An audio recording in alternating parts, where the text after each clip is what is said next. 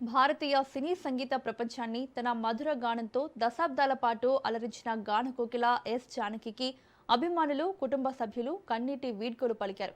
కర్ణాటక ప్రభుత్వ లాంఛనాలతో మైసూర్లోని జానకి తోటలో ఆమె అంత్యక్రియలు నిర్వహించారు. బ్రాహ్మణ సాంప్రదాయం ప్రకారం జరిగిన ఈ కార్యక్రమంలో పలువురు ప్రముఖులు, అభిమానులు నివాళులర్పించారు.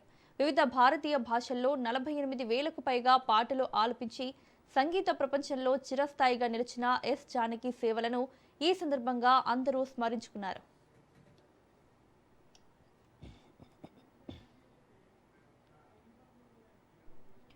గాన కోకిల మధుర గానానికి పైగా తన అపూర్వ స్వరంతో కోట్లాది మంది సంగీత ప్రియుల హృదయాలను అలరించిన దిగ్గజ గాయని ఎస్ జానకి ఇక లేరు. 17 భాషల్లో వేలాది పాటలు పాడి భారతీయ సినీ సంగీత చరిత్రలో చెరగని ముద్ర వేసిన ఆమె ప్రతి పాటలో భావాన్ని పలికిస్తూ శ్రోతలను మంత్రముగ్ధులను చేశారు. చిన్నారి గొంతు నుంచి వృద్ధురాలి స్వరం వరకు తన గాత్రంలో అద్భుతంగా ఆవిష్కరించిన ఆమె ప్రతిభకు దేశవ్యాప్తంగా ప్రశంసలు దక్కాయి. గాన సరస్వతిగా అభిమానుల హృదయాల్లో చిరస్థాయిగా నిలిచిపోయిన ఎస్ జానకి జీవితం, సంగీత ప్రస్థానం, ఆమె సాధించిన అరుదైన విజయాలు.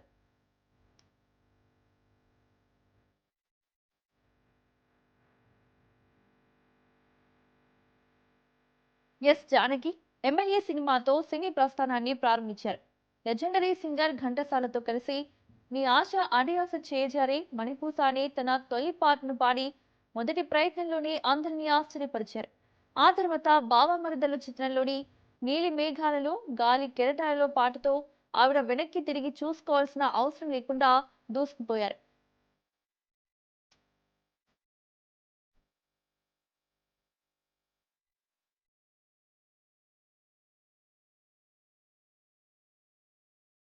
తెలుగు, తమిళం, కన్నడ, మలయాళం, హిందీ సహా 17 భాషల్లో దాదాపు 48,000కు పైగా పాటలు ఆలపించి భారతీయ సినీ సంగీత చరిత్రలో అరుదైన రికార్డు నెలకొల్పారు ఎస్ జానకి.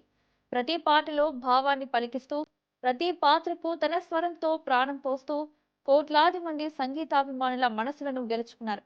ప్రముఖ గాయకుడు ఎస్పి బాలసుబ్రహ్మణ్యం సినీ గాయకుడిగా తొలి అడుగులు వేస్తున్న సమయంలో ఆయనకు ధైర్యం చెప్పి ప్రోత్సహించిన వారిలో జానకి ఒకరు.